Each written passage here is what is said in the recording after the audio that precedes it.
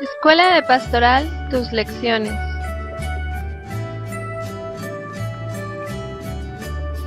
Luz y Sal, espero que se encuentren muy bien. El día de hoy vamos a reflexionar un poco sobre la lección número 17, Cristo nuestro mediador. Nos dice que toda la relación entre los hombres y Dios se hace a través de Jesucristo.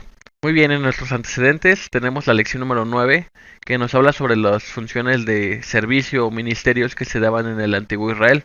Estas eran la profecía, la realeza y el sacerdocio. Estas funciones de servicio, como vamos a ir viendo, Jesús las cumple cabalmente las tres.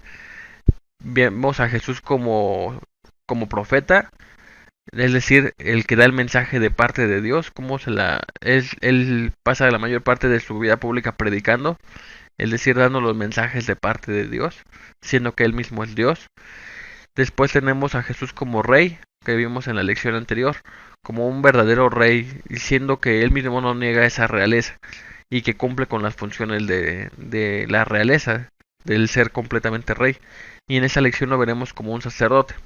Como un dato interesante es que en México fue el primer país en celebrar la solemnidad de Cristo Rey. Y por eso es que vamos también al Cerro del Cubilete donde se hizo por primera vez esto. Muy bien, la esencia de la función sacerdotal. El sacerdote viene del latín sacer, que es sagrado, dotis, que es un don, es decir, es el don sagrado. El sacerdote, la función que va a hacer es la de dar un mensaje de parte de Dios, como tanto así como el profeta, pero a diferencia de que él va a llevar también el mensaje de los hombres hacia Dios, es decir, va a ser una doble función en la que va a dar lo que Dios quiere que sepamos, pero que asimismo nuestra adoración y nuestras oraciones van a ir de parte de él. Es decir, nos va a unir el sacerdote con Dios. Estas tres funciones se entrelazan, es decir, el sacerdocio, la profecía y la realeza se llegan a entrelazar en con diversos personajes. Es decir, que hubo reyes que también eran profetas, como lo tenemos con David. Teníamos sacerdotes, reyes, bueno, tenían en el pueblo de Israel. Y así se van dando diversos personajes donde cumplían las dos o las tres funciones. Después tenemos la promesa del buen pastor. En esta promesa vemos a Dios realmente dando, después de tantas iniquidades de sus dirigentes, pues vemos que Dios se molesta con ellos. Vemos que se molesta de que estos dirigentes en vez de buscar que el pueblo crezca, florezca, pues solamente buscan un bien personal. De esa manera Dios se declara a sí mismo como el buen pastor que va a dirigir al rebaño a un mejor lugar, a un lugar donde estén bien. Y más adelante lo vemos que Jesús mismo se declara que Él es el buen pastor. Yo soy el buen pastor, el que da la vida por mis ovejas. Entonces vemos que Jesús mismo se declara ese buen pastor que va a guiar a su pueblo, que va a llevar al pueblo a un mejor lugar. Pues bien, Jesús nunca se llegó a nombrar sacerdote, pero sin embargo su misión la llevó con un orden sacerdotal, comenzando con que se encarna, se hace hombre para ser el mediador entre el pueblo y entre Dios. También es colocado como Dios, como un representante de ese pueblo. También intercede ante el Padre en perfecta oración ante el pueblo. También hay que recordar que los sacerdotes se encargaban de limpiar al pueblo de los pecados, ofreciendo una víctima, en este caso un cordero, un ave. Y Jesús hace ese mismo sacrificio, se sacrifica pero a sí mismo, entregando una víctima pura, que es él mismo, hacia el Padre para el perdón de todos los hombres, de toda la humanidad, por nuestros pecados. Características del sacerdocio de Cristo. Pues bien, este sacerdocio lleva características de la antigua alianza, pero también va a vincularse con otro tipo de sacerdocio, como vamos a ver más adelante. Bueno, con el de la antigua alianza, como les dije hace un momento, es que había una víctima a la que tenían que entregar al Padre por los pecados. Esa víctima pues la cumple él mismo, siendo él mismo la víctima y el sacerdote. Jesús mismo recibe de Dios esta orden sacerdotal y pues Jesús es un hombre santo, limpio, en el que ese sacerdocio se va a cumplir de manera perfecta. También tenemos que es un sacerdocio en el que Cristo ya entra directamente a esa presencia con el Padre. Hay que recordar que en el antiguo Israel tenían que entrar a ese lugar santo que estaba protegido con un velo en el templo. y solamente entraba el sacerdote una vez al año. Al morir Jesús, lo vimos en las lecciones pasadas, ese velo se rompe y pues Jesús como sacerdote ya nos da el privilegio de poder ir más directamente hacia Él, hacia Dios, siendo que es el mediador perfecto, tan perfecto que ahora está Él eternamente con Dios y sigue mediando por nosotros. La más importante distinción de Cristo es que Él ofrece a Dios la víctima perfecta, es decir, el sacrificio perfecto, que fue Él mismo, como se los dije hace un momento. Él siendo santo, Él siendo sin pecado, ofrece a Dios algo que es del mismo nivel que de Él. Es decir, ya veremos en lecciones posteriores que no vamos a poder pagarle a Dios nuestros pecados, porque la ofensa es infinita. Solamente Cristo, que es el hombre perfecto, puede haber sido capaz de haber saldado estos pecados con su mismo cuerpo. La mediación en el Antiguo Testamento se fue haciendo también de muchas maneras.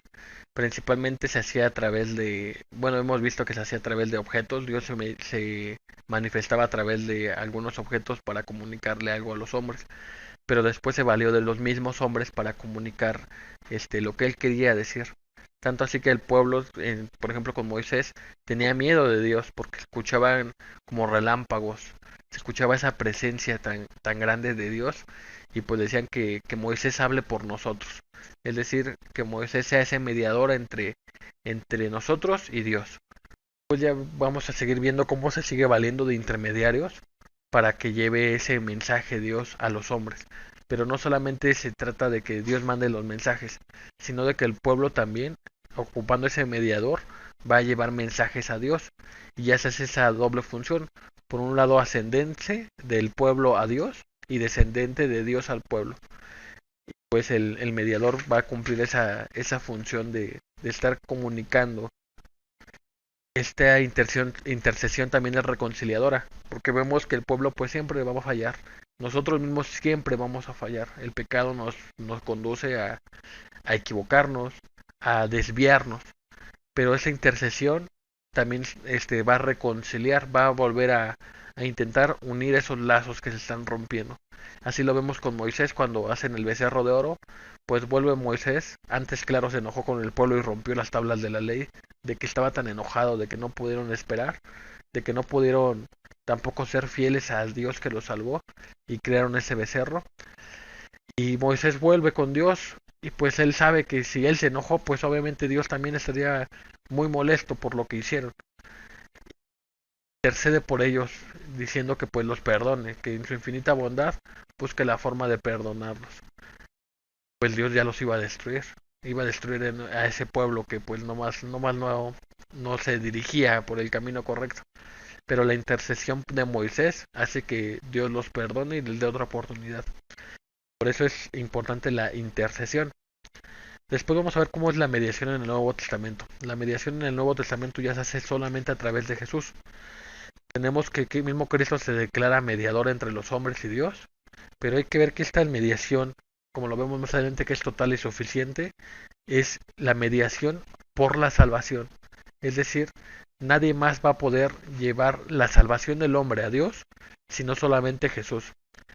De esta forma, esta mediación es total, porque no necesitamos otro mediador que nos salve, sino solamente Jesús, que fue la víctima perfecta para el Padre, y es suficiente. Es decir, con esta mediación somos salvados. Más adelante veremos que la misma fe en Jesús, en su sacrificio por nosotros, nos va a salvar. Entonces, ya tenemos aquí que la mediación pues solamente es por Jesús y por nadie más.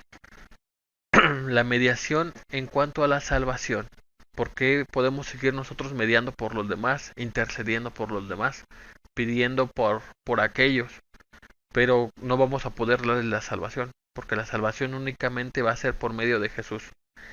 Pues bien, Cristo sella su nueva alianza y lo hace con un pacto de sangre. Hay que recordar que en la antigüedad también se hacían estos pactos en los que se ocupaba la sangre humana para sellarlo. Cristo lo sella con su propia sangre. Esta nueva alianza es entre el nuevo pueblo de Dios y Dios mismo. Es decir, esa alianza se sella a través de Jesucristo, en la que ahora vamos a ser parte del pueblo de Dios, todos los que no éramos parte de ese pueblo elegido, todo gracias al sacrificio de un solo hombre, de Jesús nuestro mediador, Jesús nuestro Salvador. Pues bien, hermanos, esa sería un poco la explicación, la reflexión de la lección número 17. Dejen sus comentarios, por favor. Hay cosas que obviamente omití. Pues sería muy bien que los comentaran en la caja de comentarios. Nos vemos en un próximo video. Vayamos a hacer luz y sal en el mundo. Hasta luego.